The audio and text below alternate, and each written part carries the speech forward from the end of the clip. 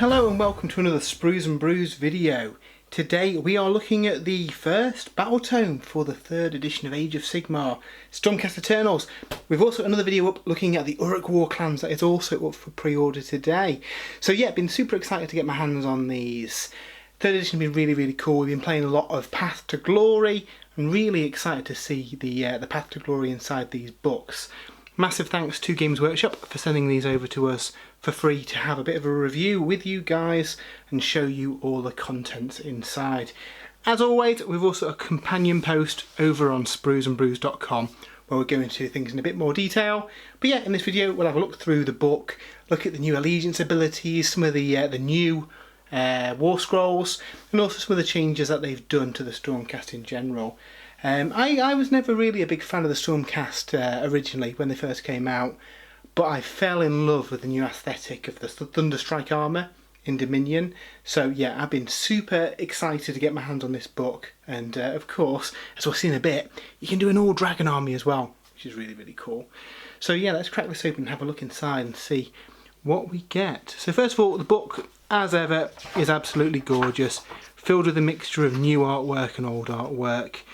Stylings are similar to what we've seen from the Dominion stuff. Obviously we've got kind of the red spine and kind of background of the book itself, and some really nice artwork. Now a lot of this we've already seen in Dominion and previous books, but there are some new pieces of artwork in there as well, which is really cool. And yeah, basically the lore section of the book takes us through the history of the Stormcast Eternals, all through the various ages, right up to the current era of the Beast and the Dawnbringer Crusades, which are essentially, in the Broken Realm series, Be'lakor kind of shut off the heavens with his storm that he spread over the lands. Now, the Stormcast have developed, with the help of Grungni, Thunderstrike armour that can pierce this veil. But for the older Stormhosts who are kind of still stuck in the mortal realms, they will now march out with a mortal force of their cities of Sigmar force, essentially, to consolidate and capture territory within the mortal realms themselves. And that's something we'll see a little bit on, where that lore is reflected in some of the rules that we get in how you construct your army. So as you'd expect, we go through all the various storm hosts. It goes through the various characters and different units, fleshing out a lot of this. Now, you know, for a lot of old school Sigmar fans, a lot of this will be familiar, but there is a load of new content in here. Obviously we've got Indrasta, we've got Bastian, we've got the 2 named dragons, Krondis and Karazai, the Scarred. Yeah, super excited. So for those who don't know, essentially during the Broken Realm series, we found out that essentially Kragnos destroyed the race of dragons, but the Seraphon managed to capture a couple of eggs, and they've been secretly kind of cultivating them, hatching them, to grow a force of a dragon race that the Stormcast Eternals can use. And there's like dragon knights and dragon cavalry, and of course the 2 big new characters as well, which is really cool. So yeah, there's a lot of lore in here. I think just shy of 100 pages of this book before we even get to the rules content. So yeah, if you want to sit down and consume all that information, this is a great way to do it. As ever, we also get some gorgeous artwork of all the miniatures as well. Again, we've got quite a few new miniatures like Commander Bastian. Obviously we've got all those new kits. Now I believe these are going to be on pre-order over a couple of weeks. It's certainly not all up for pre-order today. On the Saturday this book goes up for pre-order. I think it is just the Night Vigilator and the Chariot that is in the initial wave. I'm really looking forward to these guys. Obviously we'll have a look at the rules in a bit and see what they do, but yeah, they're so cool. Because there's quite an expansive Stormcast range now, and as we'll see in the rules in a little bit, there's quite a lot of freedom in building the army that you want to, rather than one that you maybe feel forced to because of you know, battle line choices and the like. So yeah. We also get a painting guide. A lot of this is lifted from the previous one, from the last Stormcast book, but there are some updated bits here to reflect newer units that have come out since then as well, like Indrasta with a kind of slightly paler armour, And yeah, colour schemes for a lot of the Stormhouse as well, which is really nice to see.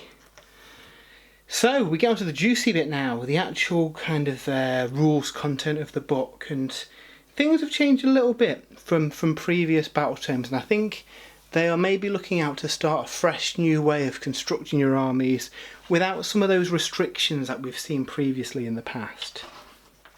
So first of all, when you create your Stormcast army, the first choice that you've got to make is deciding whether your army comes down from the heavens in a bolt of lightning, or, as I mentioned earlier, they're one of the forces that are assigned to a storm keep, and they protect the mortals there and march out with them. So if you go for Scions of the Storm, which is your traditional coming from the sky Stormcast, for every model that you set up on the battlefield, one of them can be set up in the heavens, and then at the end of a turn, end of a movement phase, the unit can be deployed anywhere on the battlefield outside of 9 inches. So we're very used to that. It's the old kind of Stormcast allegiance ability. If you want your army to be from a storm keep, however, 1/4 of your army can be cities of Sigmar, which is really cool. So, you know, you can throw in some of those mortal units and have a bit of variety there, especially if you theme your kind of army around the storm keep and have some like motifs going across the army to tie them all together. That's pretty cool. That, however, isn't the biggest bonus to that. The really good bonus is the fact that your Stormkeep Redeemer units get a bit of a buff.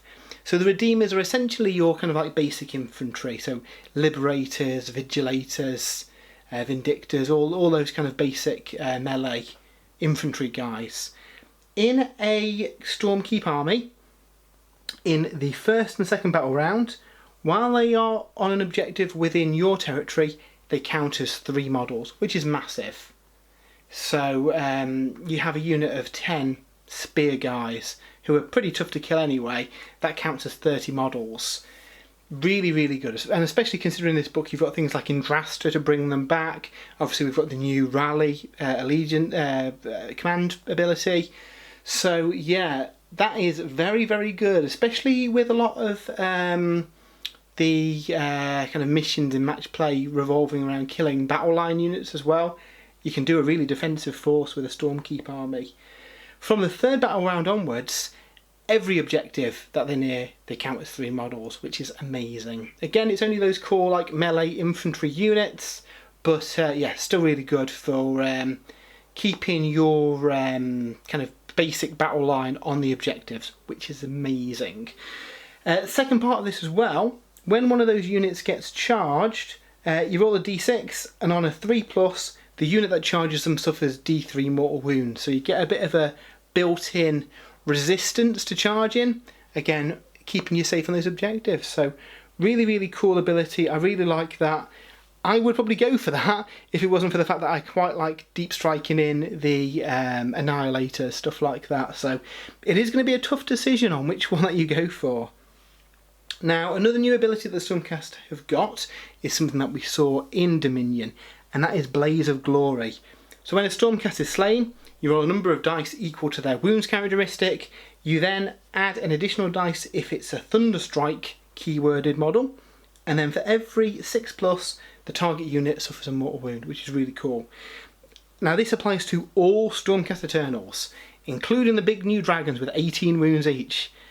Even more so, they've got Thunderstrike, so you'd roll 19 dice for them. So yeah, sometimes it's a bit of a deterrent to actually killing your units, because there's a good chance of your opponent taking a load of mortal wounds. So if it's a close fight and maybe, I don't know, a hero with a wound or 2 left manages to finish off your unit, that's not necessarily a good thing for them, because you might be able to retaliate with these strikes. So yeah, really, really like that. The second thing that we get are the ability to choose a storm host.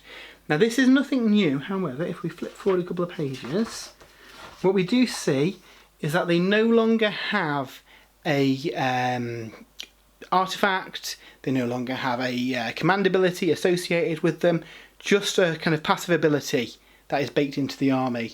So thankfully, from 3rd edition onwards, you're no longer locked into an artifact that you might not want. You're no longer locked into a command ability that you might not want. You get to pick all of that from a huge list of different enhancements, which is amazing. So have a quick flick through the different storm hosts. Hammers of Sigmar are now really cool. If they're within 12 inches of an objective, they have a 6+ ward save, and that's for all Hammers of Sigmar units. So again, really, really good. Pairs quite well with that rule that we saw earlier, where your kind of basic units are worth 3 models as well. Makes your kind of battle line units really kind of dependable. Hallowed Knights, basically if they're killed on a 4+, they get to fight before they're removed from play. The Celestial Vindicators now have exploding hits, so if they roll a 6 to hit, it turns into 2 hits, which is really cool. Anvils of the Helden Hammer have got a really cool ability where at the end of the charge phase, you roll 2d6 for each enemy unit within 1 inch of friendly Anvils of the Helden Hammer units. If you roll over their bravery, you ignore the first 2 wounds caused by them. Really, really good. That's quite a good way of reducing the amount of incoming damage for your units. The Knights Excelsior are all about those paladin units, so your Annihilators, stuff like that. Again, they're quite small elite units and their ability keys off this. Essentially, if the opponent outnumbers them, you get to add 1 to hitting wound rolls. Now, you can only pick 1 of those per turn, but that's really good considering these guys have got, I think the Annihilators with hammers have got 3 attacks, Rend 2 or 3 with 3 damage each, so yeah, really, really good. The Celestial Warbringers have got a once per phase reroll ability. Essentially you can reroll a hit, a wound or a save against them each phase, so again pretty good. Some of these are tied into once per turn. This gives you essentially a reroll on every phase, which is nice to see. The Tempest Lords have some dependable charge mechanics, so whenever you make a charge roll you can re-roll 1 of those dice if you want to, which is really good. So it's not forcing you to re-roll the whole lot. If you rolled, I don't know, you needed a 9-inch charge and you rolled a 6 and a 1, you could keep the 6 and re-roll the 1 and chance it for that. Equally, if, I don't know, you're 6 inches away from the opponent, you'd quite like a longer charge, and you rolled a 5 or 1 dice, you can save that one, safe in the knowledge that you're going to make the charge, but re-roll to try and get a additional distance on the other die. So again, really nice ability. And then finally, the Astral Templars cannot be picked when your opponent carries out a monstrous rampage. So that is really good in the current monster-heavy meta, where basically it nullifies all those monstrous rampages that the opponent is trying to do to you. So yeah, really, really cool ability. Bearing in mind that the rules pack is going to change every season, maybe next season we'll see less of a focus on monsters. At the moment, that's a really good one to have. So yeah, like I say, there's no artifacts or command abilities tied to any of those. You get free reign from quite a lot of different enhancements you can have. So first of all, you get a choice of 4 command traits. So Shock and Awe, a bit like the old Stormcast ability, it's -1 to hit units that have come down from the heavens. Pretty cool. Staunch Defender is one keyed towards the Stormkeep build of Stormcast, and basically lets you re-roll the number of mortal wounds that they do when an enemy charges them. Again, pretty good. So Envoy of the Heavens is a pretty cool one. So if a friendly Stormcast Eternal's model is slain within 12 inches of the general, you add 1 to save rolls for attacks that target the slain model's units until the end of the phase. So yeah, it makes your units quite resilient, really, in that after they take that first wound, a lot of your units are going to be on a 2+ save, making them, yeah, really, really strong. And then finally, we've got the Master of the Celestial Menagerie, probably my favourite one because, I'm all about the dragons.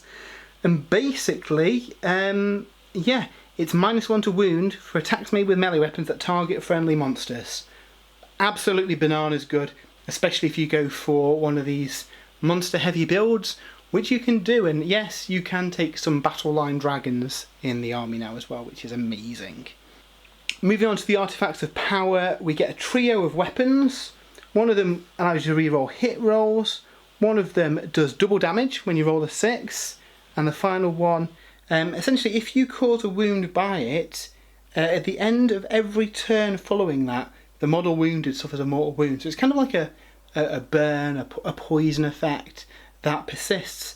And since it's every turn, that will be your turn and your opponent's turn as well. So quite a nice one to get on a kind of a large wound target. So those mortal wounds are ticking away at the end of every turn. So yeah, really, really ace one.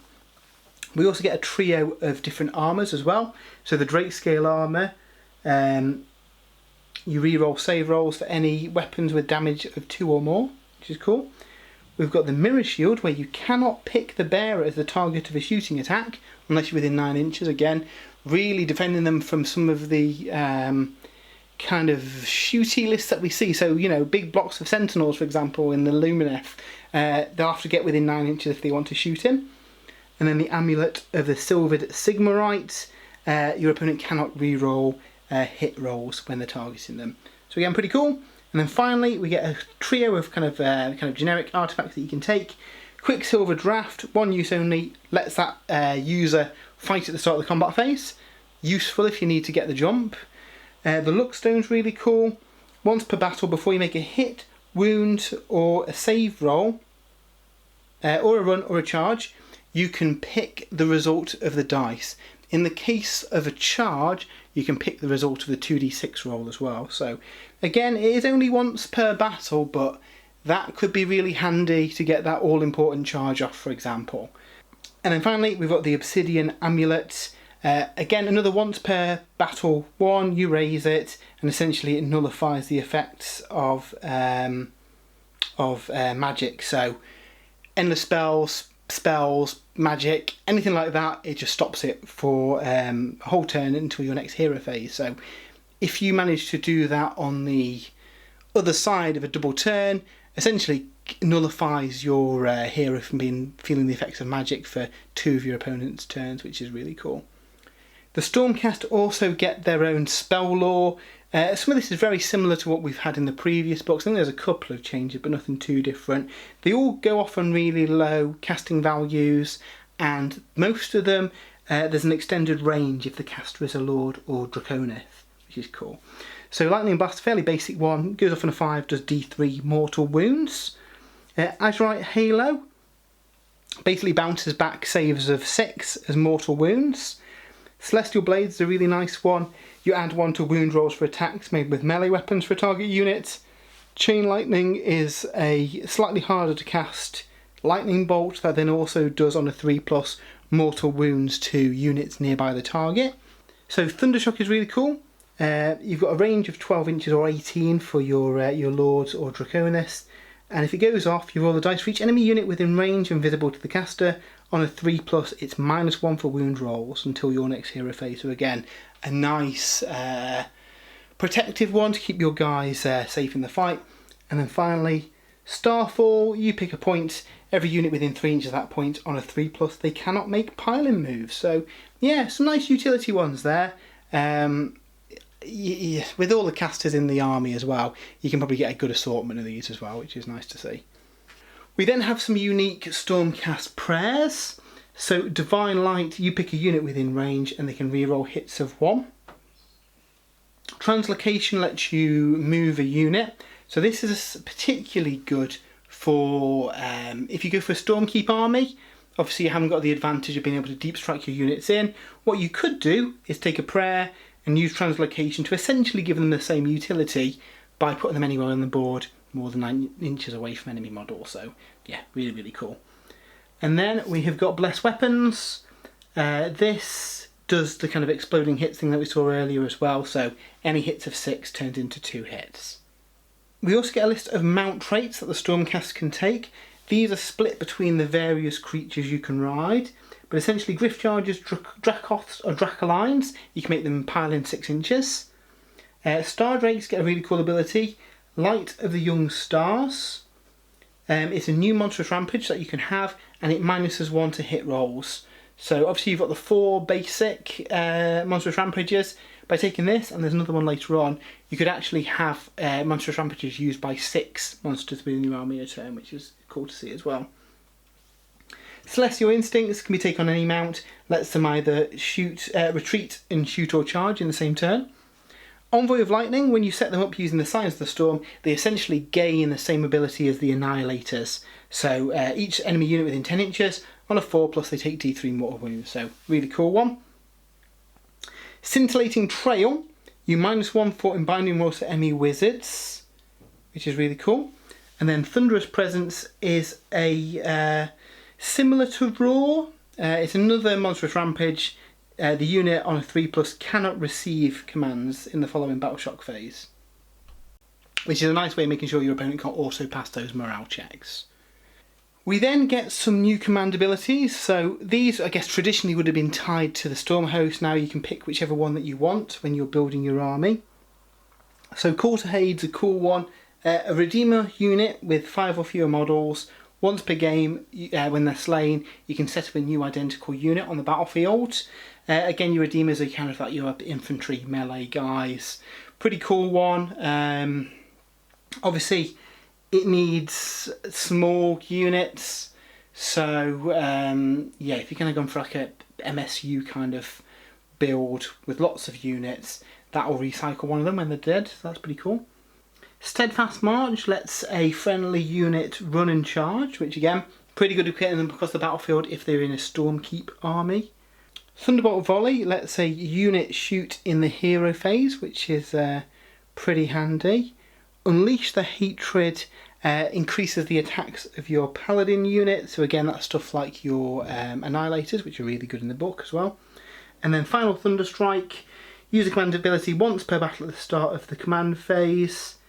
And that unit adds 1 to their rolls for the Blaze of Glory. So essentially they go off on a 5+. So if you're expecting to lose a big unit, pop that on them. And yeah, you can do a load of damage back when they die.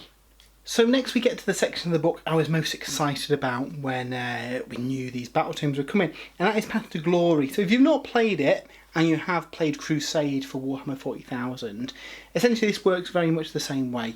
You start off with a small force. You track your battles, you gather territories, you enhance your forces and level them up, and basically tell the tale of your army, growing stronger, expanding, getting all these lands. Really, really fun way to do narrative play while still having what feels like a real game of Warhammer. And yeah, we get some unique Path to Glory rules in the Stormcast book.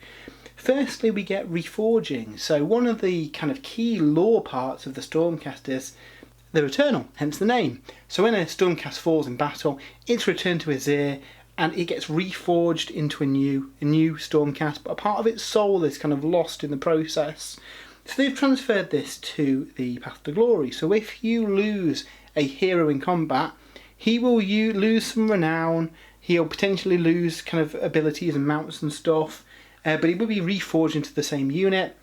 You can pick one of them to be reforged by Grungni himself, and then he doesn't have as bad of a effect when he's reforged.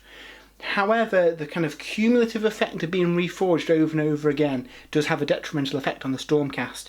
So because of that, basically they can't hold on to as much experience at the end of the battle. So I think they can only get 3 points once they've been reforged a couple of times. So yeah, really, really cool narrative hook to show the souls of your heroes slowly corroding as they go through this invasive reforging process. One of the things that's also unique to Path to Glory is creating your own Stormhouse as well. So of course you're free to use any of the ones that have already been mentioned in this book. However, you can create your own. And I think it's really nice that this sits in the Path to Glory section because it can't be abused for match play then. It is very much designed to use in these narrative battles. And essentially you get 3 lists, the Tenants of the Hammer, the Tenants of the Shield and the Tenants of the Tempest, and you can pick 2 of them. You can't have any 2 from the same section, but there's some fun stuff like add 1 to hit rolls that target a monster. We've got units within 3 inches of Stormcast can't retreat. So you pick the 2 that you feel represent your Stormcast the best and in what they do. And yeah, use those to create your own Stormhouse, so really like that. Obviously in the main core book, we get some quests and veteran abilities that are kind of generic ones. In all of the new Battletomes, we get some unique ones tied to that faction as well. Now these kind of are keyed around stuff that you'd expect from that army. So, for example, there's one where your mounts can then learn mount traits, which is really fun. What I really like though in these is that in this and in the Uruk book, which we're also going to look at today, each of them get a quest where once they've completed it, they unlock some special bespoke missions, which are really, really cool. It's kind of a non-standard mission where you're against the odds and trying to do something gloriously cinematic and heroic. And I really like that as a reward for the quest. So you gear up to do this big, impressive kind of showpiece game and then play that with your friend and see how it goes. So yeah, really like that. And likewise, we've got some Stormcast themed veteran abilities as well that you can pick to give to your units when they rank up as well. Like with those other bits, in the core book we got a selection of territories, and there was a result where if you rolled high on the chart you could pick one of the kind of unique army specific ones. So in the Stormcast book we get the kind of 61 to 66 slots on that D66 chart, and again they all have fun stuff that's kind of like keyed to the Stormcast. Generally speaking, they're more expensive to upgrade, but they've got some better abilities. So, for example, with the Geomantic node, you can re-roll an injury or casualty roll without having to spend a glory point. And as we've seen in some of the Path to Glory games that we've had, that can get expensive pretty quickly. So, getting one of those early on is a nice way of giving you re-rolls for those. So yeah, some fun stuff there. What's also really fun is that in the core kind of book, there is no real way for your generals to get any more abilities. Your other heroes could kind of earn a command trait or something as they leveled up, but your kind of general was a bit stuck. So these new books have added something that they can use their renown and glory to purchase, and that is mounts. So for example, if you have a knight in your army and he gets to 25 renown, you can spend 6 glory to make him a Knight Dacronis. You can give him a dragon mount. And that's really, really cool. There's equivalents of this for all the various kind of units and upgrades that you can take. I really, really like this. You've got some progression as well. So for example, if you have a Knight Questor and he's on 15 renown, you could spend 6 glory to make him a Lord Celestant. And then once he's a Lord Celestant, you could spend 25 renown. Once you've got 25 renown, you could spend 4 glory to put him on a Dracoth, or 6 glory once he's got 35 renown to stick him on a Star Drake. So really nice kind of like upgrade path for your heroes. It's going to be really, really fun. Now obviously you're going to have to pay the cost for them in points when you're playing a game. That's fine.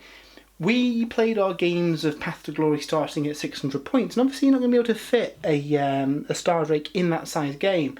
This means that even if you take a cheap general on foot, over the course of your Path to Glory campaign, he can get that awesome mount. So I'm hoping this is something we see in all the other books.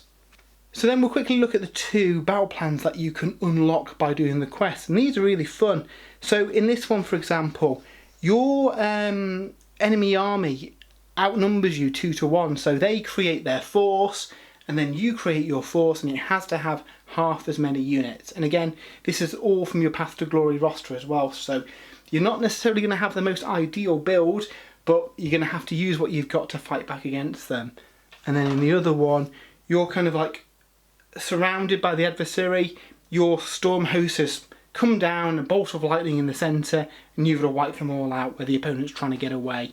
So really, really fun stuff. Again, I hope this is something that we see in all of the Battletomes, because it means that every faction then has got these 2 centrepiece, showpiece games where they can do some cool stuff with their faction and try and earn some further rewards at the end. So yeah, really, really like these.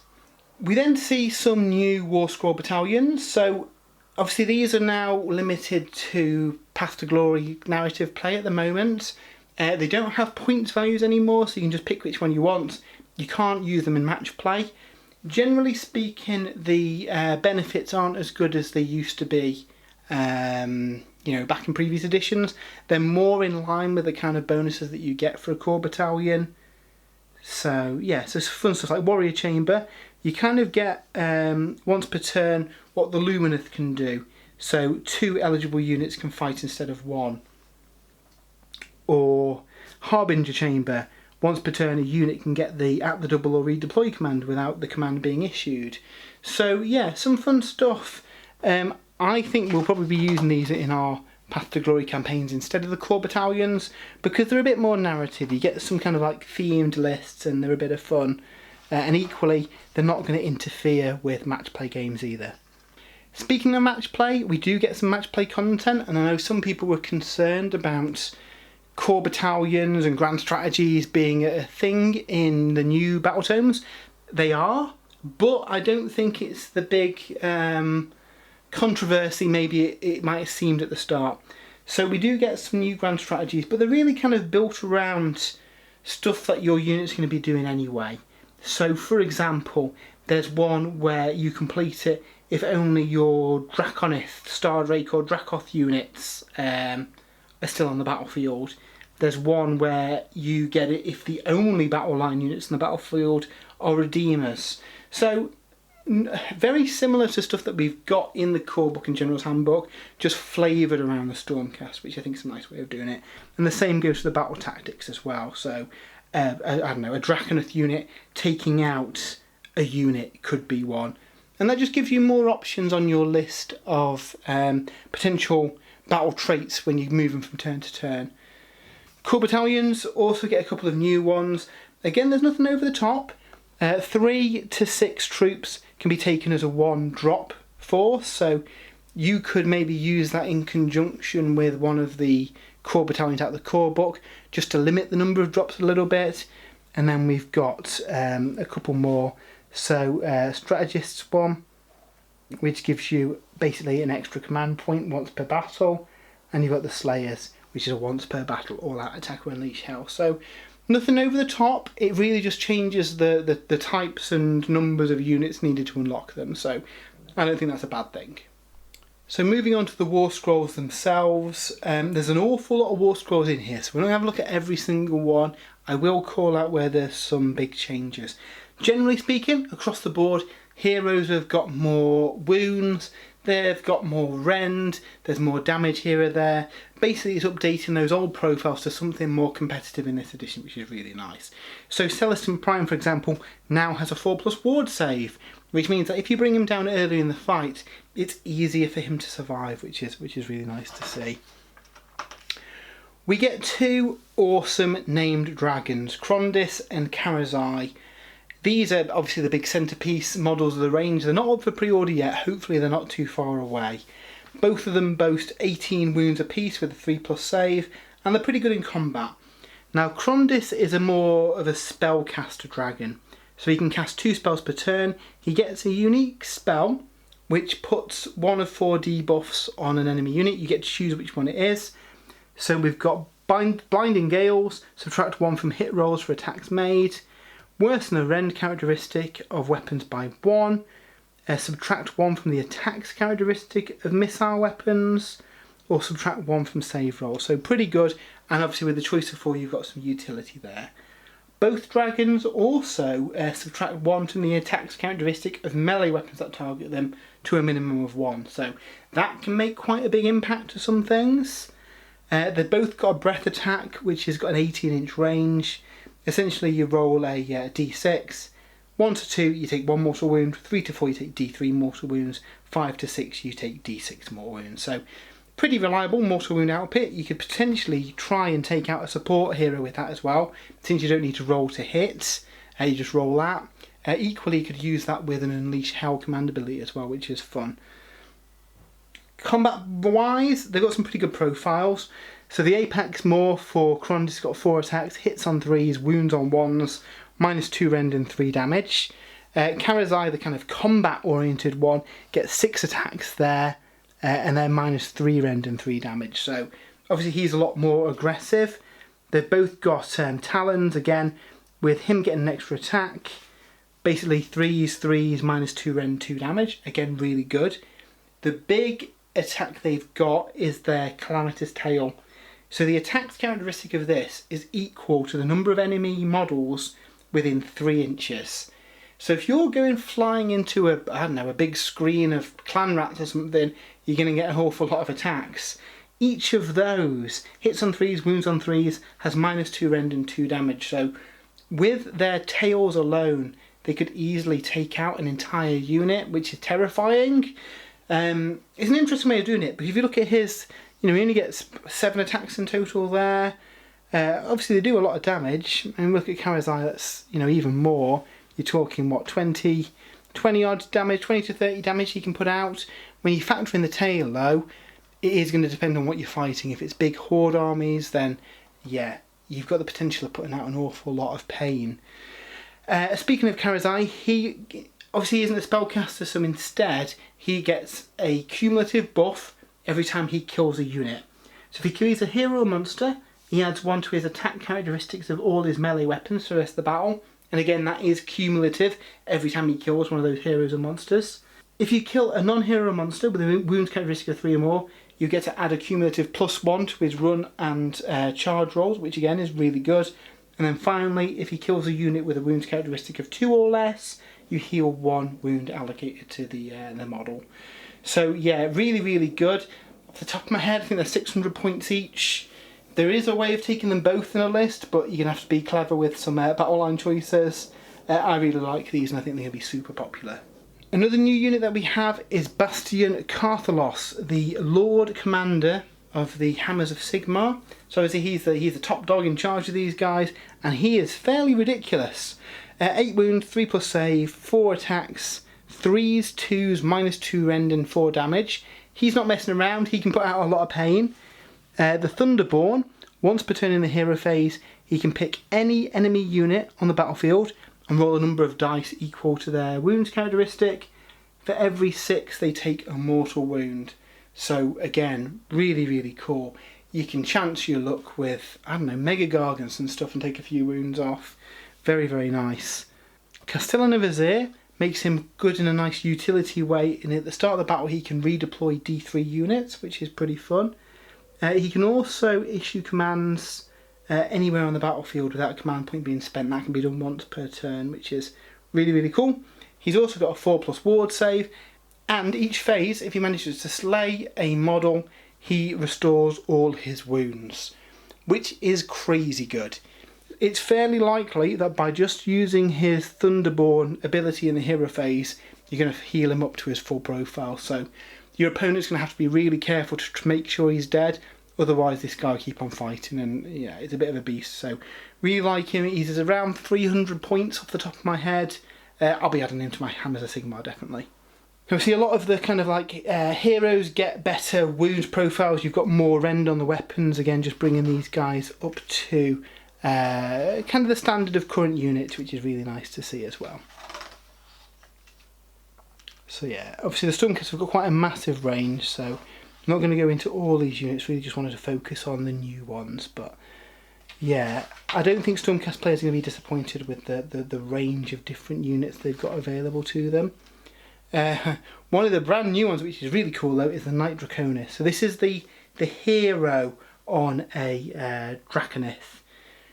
Really, really cool. As you can see, really nice combat profile. So 5 attacks, hits on 3s, wounds on 2s, -3 rend and 2 damage. And then his dragon has 4 attacks, 3s, -2 rend and 2 damage. It has got a breath attack very similar to the one that the big dragons have, obviously just with a smaller range, but it does the same amount of damage. So again, each of these could potentially do 6 mortal wounds in the shooting phase, which is ace. He also has a natural kind of like 4+ ignore spell aura, like the spell shields that Chaos have. So really, really defensive that way. He can also, once per battle, allow a unit of Stormcast Guard to shoot in the hero phase. And again, they use that profile, so even 2 of them would do potentially 12 mortal wounds in the hero phase, which is, yeah, not to be sniffed at. And then finally, at the end of the combat phase, after you've done all your attacks, you roll pick a model that he's fighting, roll the dice. If you roll over their wounds characteristic, it is slain. So elite units with 3, 4, even 5 wounds, certainly worth a chance for taking them out. So yeah, I think this guy's going to be popular. What's really nice as well, in the point that we'll see later on, In a lot of boxes like this in Age of Sigmar, you get 2 models. One can be built as a hero, and previously that kind of spare model was wasted. Well, now in the new book, there are points for taking a single standard dragon as well, but it doesn't count as battle line, so really nice difference to see. One of the new models that are up for pre-order today is the Knightjudicator. He's a ranged hero. He's only got 2 attacks, but it hits on a 3, wounds on a 2, has -3 rend and 3 damage, so get all that attack on him. That's a fairly reliable way of taking out a support hero turn 1. Really, really tasty. He comes with some Gryph-hounds as well. Gryph-hounds now allow, I think it's D3 Stormcast units within range to shoot when an enemy unit comes down within 12 inches of them. So a nice little deterrent for those deep striking units. And then finally, instead of shooting his bow, he can instead pick a point on the battlefield, and every enemy unit within 6 inches of that point, on a 4+, they take D3 mortal wounds. So again, it depends what you're fighting. If you're fighting something with lots of tightly packed units, that could be pretty good. I think his bow is fairly reliable though, with 2 shots doing a maximum potential of 6 damage at -3 rend. I think that's pretty good. So Vanquishers are one of the new infantry units that's been added to this book. And yeah, they're pretty good. I'm a bit mixed on them. So if you take a unit of 10 of them, they get 4 attacks each, which is really good. However, they've only got a 1-inch range. So if you're fighting in 2 ranks, those models at the back are a little bit wasted really, unfortunately. Sweet spot's probably 5 models. At 5 models, they get 3 attacks each. And they're pretty good. So you can take a musician as well, and if you do the rally ability while there's a musician in the unit, models come back on a 5+ rather than a 6+. So really what you can do is keep that little 5-man squad up to full strength. Obviously if you're in Drasta nearby, you can bring back models too. So yeah, they're pretty fun. Personally, I think I prefer the Vindictors. Reinforced blocks of 10 of them, especially in a Stormkeep army, since they'll be worth 30 models for objectives. I think they're the best battle line myself. But obviously a lot of the battle lines we've seen lately has shifted quite a bit. Sequitors are now battle line without any unit requirements. Hammers of Sigmar can take Dracothians as battle line. So yeah, there's a lot of fun stuff that you can do. So one of the other new units added are the Vigilance. So yeah, these were an interesting one. They're a little bit expensive at 195 points. They've got an 18-inch range, but not the longest range in the world. 2 shots, 3s and 3s, -1 rend and 1 damage, which is not bad profile for a ranged ability. But where they really shine is the fact that if they wound a target, it is +1 to hit that target for the rest of your army, which is really cool. So you can use it to either queue up further shooting on the same target, or use it in conjunction with your melee unit. So shoot them with the Vigilance first, charge something in, that unit will then be +1 to hit them, which is really, really cool. I can see these being used in a lot of competitive lists to give you an edge on hits. You know, it's very easy to get the Stormcast up to a 2+ to hit using these. Another new unit added is the Stormtrike Chariot. Sadly it's single, so you can't take units of these, but it's pretty cool. 12 wounds, a fairly choppy combat profile. You can also arm it with a kind of great bow as well. It does like impact hits on the charge based on the charge distance, similar to the ability that the ogres have as well. So on a long charge, potentially you could do a chunk of mortal wounds and things as well. I quite like these, and they're stunning models. The Annihilators get a new build with this wave as well, and that is Annihilators with Meteoric Grand Hammers. They swap out the 2+ save to instead wound on 2s, -2 rend and 3 damage. They have all the other usual rules though, so they can come down and do mortal wounds to everything within 10 inches. They're really cool. There's a certain faction that I can't remember off the top of my head right now, Knights Excelsior I think, who can take these guys as battle line as well. So if you want to go for a MSU Annihilators army, you can do that if you want to, and it'll be really good as well. The new unit I'm most excited for are the Stormdrake Guard. So these are your elite dragon cavalry. This is built from the same kit that makes the knight, and basically they're pretty much the same profile. They've got less attacks, not quite as strong as the sword of the named character version, but don't forget this is a unit of, you know, dragon cavalry basically. So you've got a choice of a lance, which does a load of damage and rend on the charge, but then drops off, or you can go for the warblade, which gets a constant 6 attack. So it's either volume of attacks or kind of like damage as you charge in, I'd probably go for the Lancers, because realistically you're probably going to kill whatever you charge anyway. They are monstrous, so they get to use monstrous abilities. However, they have called out that only one model in the unit can carry out a monstrous rampage. So that means if you've got a unit of 2 of them, you know, only one of them can do the ability. For all other rules purposes though, they still count as a monster, which is really nice. And again, these can be taken as battle line if you take the Knight Draconis as well. So yeah, dragon armies are a thing, and I am all over that. Other than that, they've got pretty much the same rules as the character on the dragon. So they do the roll over the wounds characteristic, it slays a model. They've got the breath attack. They've got the 4+ spell shield. Yeah, really good unit. I think we'll be seeing a lot of these. And lesser dragons, to be fair, have had a big improvement as well. One of my, I know I haven't looked at many of these old units, but one of my standout improved units are the Dracothian Guard Fulminators. All the Dracothian Guard are battle line in Hammers of Sigmar Army, which is ace. And yeah, their glaives have had a massive increase. So now I've got 5 attacks, hitting on 3s, wounding on 3s, Ren 2. On the charge, they do 3 damage. So yeah, a unit of 2 of these can put out a ridiculous amount of damage. They've got an extra wound, I believe, as well. The mounts got slightly better. And this is something we've seen on a lot of the units that they've just brought up a little bit, bringing them up to scratch, because I think they were maybe overlooked a little bit in the past. So it's nice to see them get a bit of an improvement. So yeah, it's really nice to see a lot of the old stuff get a bit of a buff, and all those new units look really fun. As for points, on the whole, most units have gone up a little bit, but then arguably most units have got more wounds, better rend. I think it's just been balanced a little bit. One of the really cool things about this book is the sheer number of battle line options that you've got. So, all flavours of Judicators, Liberators, Sequitors, Vanquishers and Vindictors are all battle line. And then also, depending on what your Stormhouse is, you unlock some more battle line as well. So the Knights Excelsior can unlock all the kind of Paladin stuff.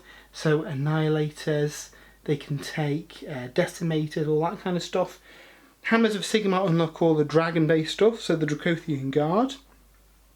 If your general is a Draconith or a Star Drake, sorry, you can take the Storm Drake Guard as a battle line, again allowing you to do that super cool all dragon army. Tempest Lords unlock Prosecutors if you want a kind of winged looking army. Your Astral Templars unlock the Vanguard stuff, so the Hunters and the Paladors. Vigilers can be taken if the Knightjudicator is the general. So lots and lots of options, way more than we've had in the past, and I think that will lead to some more fun choices and different options in building your army. You can really pick up the models that you like and build an army around that, rather than feel, you know, sidelined into certain battle line that you might not like. So yeah, it's going to be a fairly elite army. Like I say, the big dragons are 600 points each, off the top of my head. Where are we? I can't even see them now. They're on the next page. Yeah, so the 2 dragons are 600 points. Star Drake's 500 points, which I think has come down a little bit. There's a couple of units that have had some point discounts, but not a lot. On the whole, they've gone up, but I don't think that's too much of an issue. What is interesting, on the allies chart, they can no longer ally with the Daughters of Cain, which is interesting following the Broken Realm series, because obviously Marathi essentially betrayed Sigmar and took one of his cities, so I imagine that storyline might play out and we might see them come to blows again. So yeah, I hope you enjoyed that look at the Stormcast Eternals Battletome. Super excited to play some games with this, and we'll probably be doing a live game next Saturday where we'll pit the Uruk War clans against the Stormcast Eternals in their first battle using the new books. Massive thanks to Games Workshop again, as ever, for sending us a copy of these books to have a look at. And I've done an in-depth write-up on the website as well, if you want to check that out and get a bit more detail on the various units. We do live battle reports, we do live painting every week, so if you've enjoyed this video, why not give us a follow? And yeah, check out the live content. But until then, I hope you're painting lots of gold models, and we'll see you next week.